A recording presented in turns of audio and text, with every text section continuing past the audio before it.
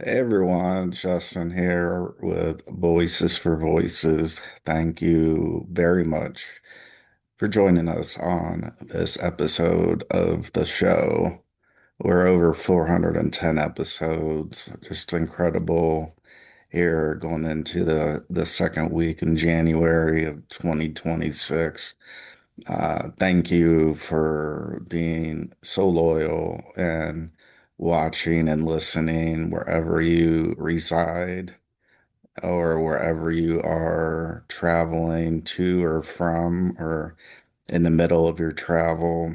If you have layovers and multi-stop uh, travel on your itinerary, we owe it to you for having the demand for us to do the show that we're doing.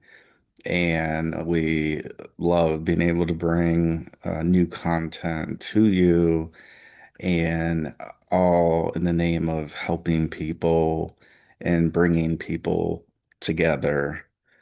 Uh, it's just an incredible feeling. Hope everybody's having a happy, healthy, safe, prosperous 2026 so far, whatever that means to you. Uh, and again, you don't have to be a believer to be a fan of this show. Just because we are, that doesn't mean you have to be. Uh, that said, we still pray for everybody across the whole world every night. So you can't get enough good vibes, is the way I look at it. Uh, So let's get started. So what we've seen an incredible activity uh, around governments and militaries all across the world, really, uh, since 2026, really got kicked off.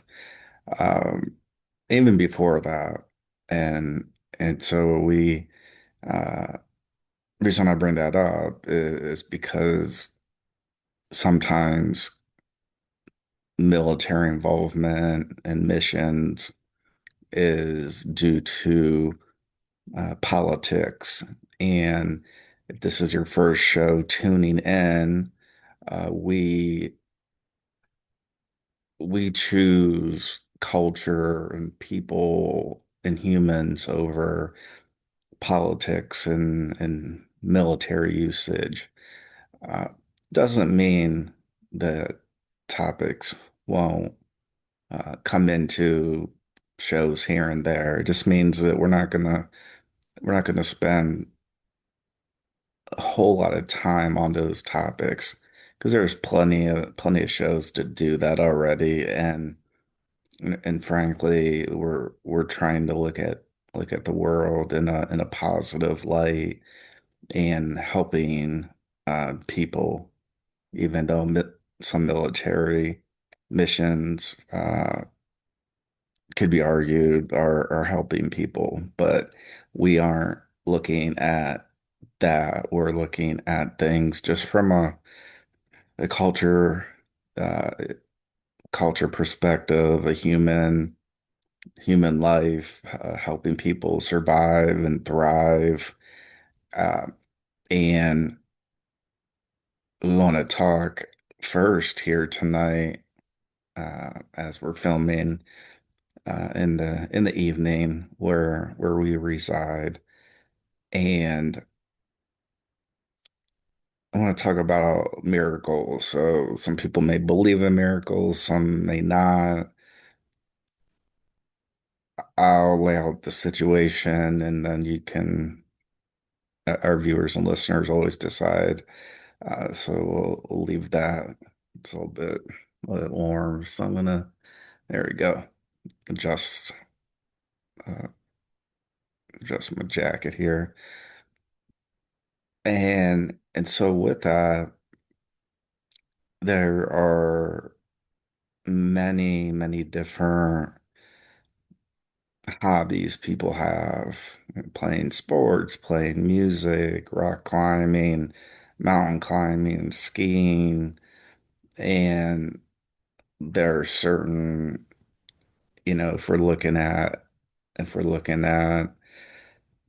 let's say from the mountain perspective, there are certain heights that we look at and go, okay, if somebody is going to embark on climbing, said mountain, that not only should they have somebody who is local to the area to help, just makes sense, right? If you're going into a situation that could be a life or death situation, you kind of want to have somebody who has had some experience in that. That's just my input there. And then there are other aspects of variables, such as the weather. The higher you go, the less oxygen for us to breathe. Uh, right. And then you're literally carrying all your things like as you're climbing. If we're talking about climbing mountains. And so it's an incredible amount of uh, physical stress on the body and emotional stress, mental health. Uh, you can prepare and prepare and prepare, and people still have perished, um, no matter how much preparation they have done. And so when I talk about miracles, the one I'm going to refer to as a miracle is uh, climbing Mount Everest. Is one of the tallest mountain ranges in the world.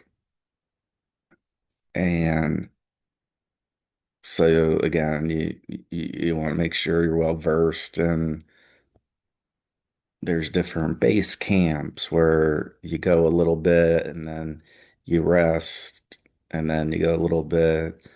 Uh, and then depending on the weather, you may be stuck at a base camp, so that might put you back a day or two. And if you only brought food for a certain amount of days and your food runs out, there's not a whole lot you can do. I don't think.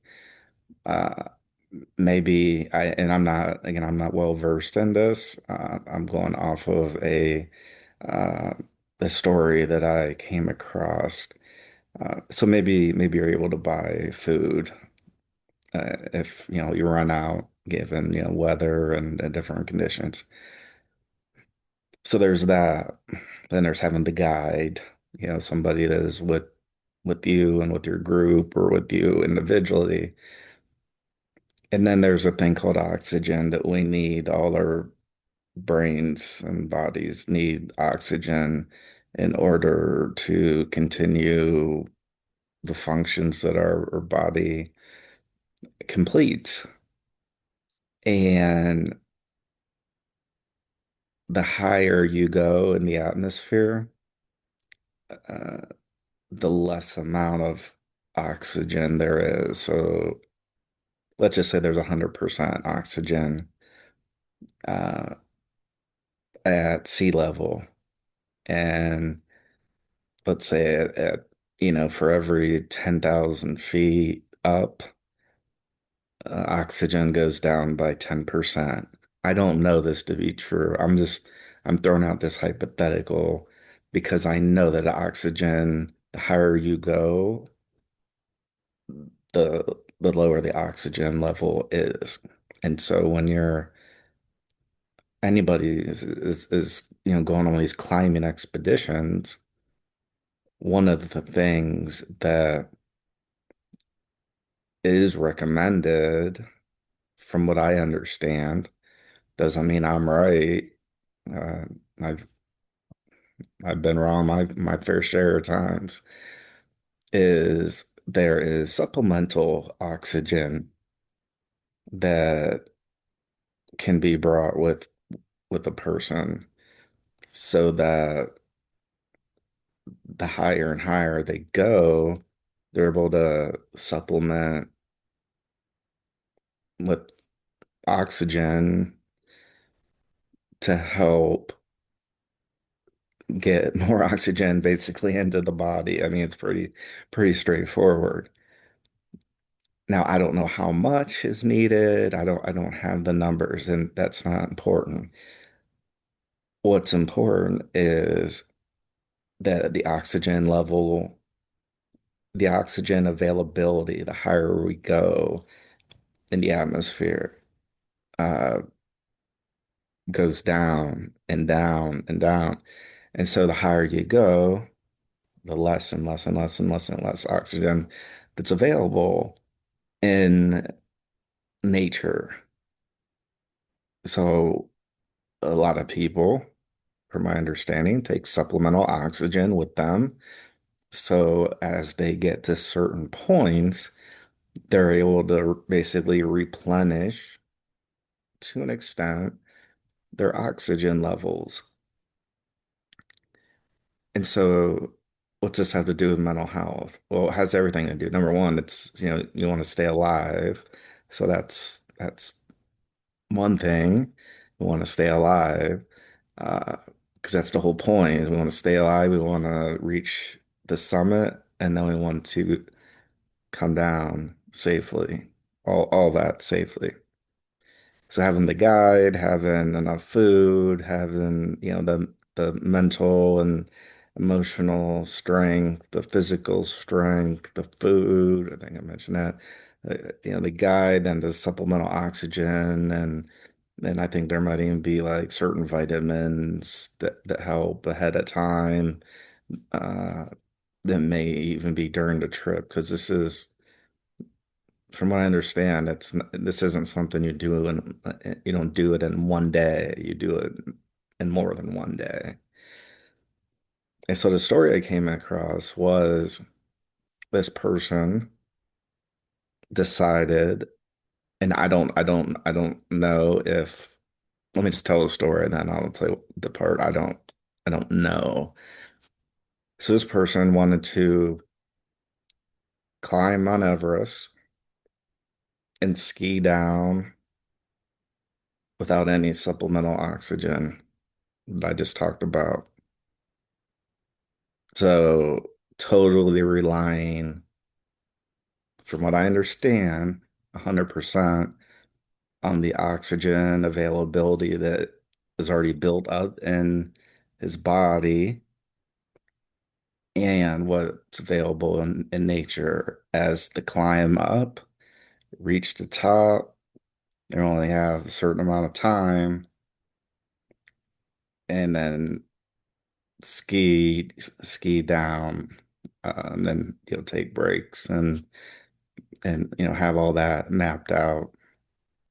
The part that I don't know is if he had any supplemental oxygen, if there were to be an emergency that was unfolding, if this guide who he's helping him with this voyage, if there was supplemental oxygen, if there was, again, if there was an emergency. And, again, we're talking about life and death decisions here. So I don't know if there was in case of that situation. So nonetheless, this person did it. They they set out to climb without extra oxygen and to ski all the way down Mount Everest without any supplemental oxygen. I don't know if there was, I don't know if there was some, uh, again, in case of your worst case scenario, uh, but he did it. And from what I understand, doesn't mean it's the end all be all, is this individual is the first individual who did that, who has done that. Because as I mentioned before, most people, if not all, you look at kind of like a packing list of like what you need, and so you do your shopping, and then you prep, and you're trying to get as ready as you get your body as ready as it can be. And again, there's a lot of people that have unfortunately passed away. Uh, and then there's avalanches. There's all kind of variables that a human can only prepare for.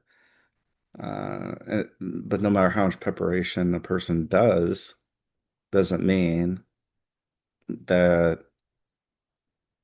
you won't encounter, or I wouldn't encounter something no matter how much I prepared. And so this is the story I came across. When I talk about miracles, we can use whatever word we want. And they say, well, that's not a miracle. That was just luck. I don't know what it was. I call it a miracle because, to my knowledge, it's never been done as far as not bringing supplemental oxygen, climbing all the way up, hitting the summit, the peak, and then skiing down. And so that's why I say, in my opinion, it seems like a miracle. If it's happened before, I haven't seen any other articles and any other news stories. Again, doesn't mean that they don't exist. I'm going on the information that I know, that I saw with my own eyes, and it was like it is like a documentary. So I was able to hear, and so there was some video recording equipment, which I'm assuming there were drones, or at least a drone that was capturing uh, on top of the cameras that were with the guide. When I say guide, I mean guide like Guide, not guy like GUI. Um,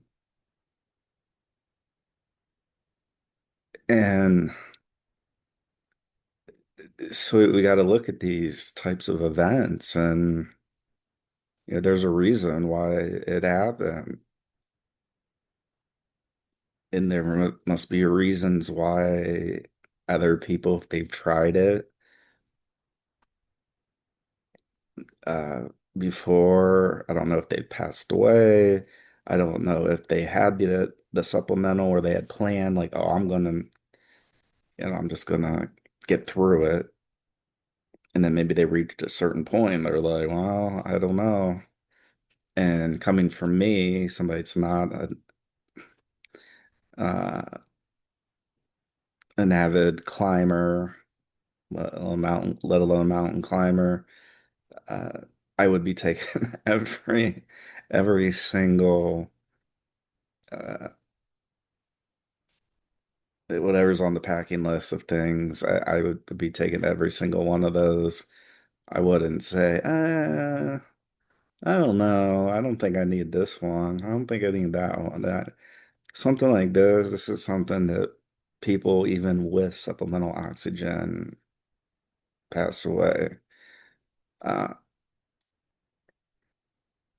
so call it what you will. I call it a miracle. I call it an event that happened where, from all appearances, somebody defied the odds didn't mean that it was never, ever, ever, ever, ever going to be possible for somebody to do this, to climb Everest with no supplemental oxygen and ski down. We can set out with a plan, we can set out with goals, whether as an individual or as an organization. And then we may at some point decide, okay, we need to adapt. Like this is this is a little bit more than what I had expected. And I'm just thinking that a lot of people had run into that second side where, this it's a little more what I expected. Everything or a lot of the things that I've read ahead of time, it's no joke. I mean, you're dealing with Mother Nature here, right? And Mother Nature teaches humans on a daily basis in different areas of the world that, she reigns kind of in one of the supreme kind of area. And so if you don't believe in God or a higher power, Mother Nature, if if an avalanche is going to come, if oxygen levels are going to get even lower than what was expected, because what I could see is, you get ranges, right? So I mean, think of regular weather. No matter where you live or where I live, every day there is, well, here's what our high temperature is expected to be, and here's our low temperature, what it's expected to be. And then there's forecasts of, by the hour and that come up. And so those are ranges. And so I would think that when you're looking about climbing Mount Everest or climbing the hill in your backyard or your local park, there's going to be ranges of, well, once you get to this point, this is what you can expect. This is the high part of the range, here's the low part, and here's kind of the middle part of the range. And so there can always be deviations, right? Because then there not only is there what's expected to be the high and the low temperature, but what's the historical? What is the highest the temperature's ever been on this specific day? And what's the lowest it's ever been? And if your climate gets snow, here's the most snow, or here's the least, or here's the most rainfall, or the least, or the dew point. There's all these data points that you got to look at. And so I'm, thinking like mentally as well of at what point along a journey like that, climbing Mount Everest, does a person say, I need my supplemental oxygen, number one, and then what if you run out? So that's another option that you don't have really control over because until you're there, you don't really know. You can look at all kind of data and but until you're there or until I'm there, I'm not going there. Let me put it that. Let me just make sure I'm letting that be known. I'm not no way going to get near that. I'm not in the shape that I'm in. Uh, Even at that, it, on the risk meter, the older I've gotten, the risk kind of has gotten a little bit lower, risk level. Uh, start out with whatever a higher risk level, and then the older. That's just me. So this person did it. They set out to climb Everest without supplemental oxygen and to ski down after reaching the summit or the highest point in the mountain range. And that's so awesome. Uh, and that should be applauded. Uh, one of the things, one of the byproducts to come is maybe inspiring other people to go, hey, they did it, so maybe I can do it. I just hope there's no unnecessary people passing away because, like a video game. I'm like, oh, well, that's just a video game, so that's easy. I can do that. I can do what they did. Uh, but that's what I want to bring up. So emotionally and mental health wise, right? You got to be all in, and that's from people prepare a year or two out, and that's the other part is if you think that you're just gonna uh book a trip and leave in 3 days and do it, I doubt it. That's probably not gonna happen.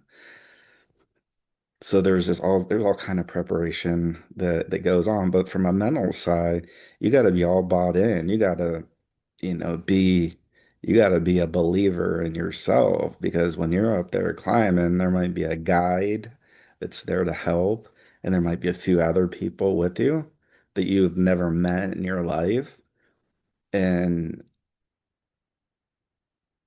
and so you have to have incredible self belief, inner strength,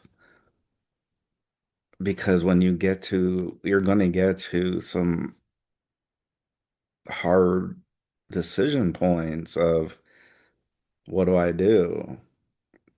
Do I just cash out at this point and just be happy I made it, whatever to whatever level, whatever height, uh, or do I continue? Like, what's it worth to me to keep going no matter what or not? And so that mental health part, gosh, I don't know. It's and it's not just that belief or that inner strength. You have to have that, and you have to be nourished, and the conditions, and there's got to be so many variables that line up to to even think about trying to continue on, whether you have supplemental oxygen or not. Again, there's been people who have passed away with supplemental oxygen. So just because you have it doesn't mean it's a for sure thing that you're going to be able to check that box. Doesn't mean that that's going to happen no matter what. It increases the odds. Uh, that's what made this person's voyage all the more, rare. It's never happened before, as far as I'm concerned, and from what I've read, and it's never been done before. And but yeah, that mental health, if there's mental illnesses, and how does that play into it? If there's medication, and right, you're carrying literally everything you need. And so if there's medication you're taking, you have to have water, to be able to to wash down the medicine. And so I don't know how, like, you got to plan for all that. Like, is that even possible? If you're talking about like a 1 week or 2 weeks, or I don't know what the time is. But again, it's not like like a weekend trip from what I understand to do it, even if you do complete it. And so, medication wise, if somebody's taken, even if it isn't mental illness, even if it's for something else that you're taking medication for, uh, how's that factor in? Because we might think, oh, well, that's nothing, that's something minor. Well, is it? You got 3 weeks, so you got 3 weeks. Let's just call it 3 weeks, and you'll probably want to have some extras, right? Because what if there is an avalanche and you're caught for 3 or 4 extra days? Well, your decision's pretty much made up. If you're out of medication and it's something that you need and you don't have, the decision probably gets made for you, given that. So there's all kinds of different variables that play into everything on a daily basis, but especially, this trip that I saw, this documentary, I was really, I mean, just taken aback that everything kind of lined up with expectations. There were setbacks, continued on. Uh, I don't, again, I'm sure they spoke about what the preparation time was, getting ready. Uh, there was a consultation with different doctors, or different professionals in the field. Uh, I I would think that that would probably be a good idea if somebody was thinking about doing that, just in general, whether it's climbing Mount Everest or uh, I don't know, running a marathon or walking a marathon. Again, you have to have the fluids and you have to have the energy. And depending on what you're looking at, if you take medication or if you don't, it doesn't matter if you do or you don't. You just have to prepare, just like you prepare for other trips. You prepare for how many days you're gone, planning to be not gone, planning to be not home, and a few extra days, because I now know from my travels, uh, that I got stranded overnight without one of my medications, but then also w w- there are um, ones you take different times a day, and given when the stranding happened, you got to look at it and go, okay, well, I missed this flight and I don't want to miss the next one. So, you're just doing planning on the fly. Uh, yeah, I usually travel pretty lightly, and I didn't have as many, snacks or food. So when you're traveling, you're getting the highest prices known to a person. Yeah, and so that was a part of it, and so that was something that I definitely now I've learned my lesson from that. And so that's just something, mental health or not, just going, hey, I'm going to need to eat dinner. Oh, I'm going to need to eat breakfast. And I got to do all this before security opens. Uh, anyways, so we hope you've had it's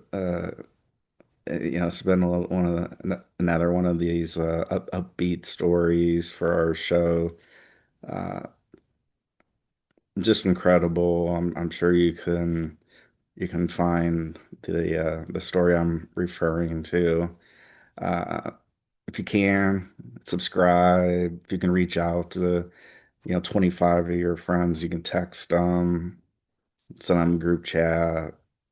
That'd be awesome. If you give us thumbs up, like, share, follow, all that great stuff. We are one of the hottest podcasts on the planet, behind the Joe Rogan Experience, and now Dan Bongino's back.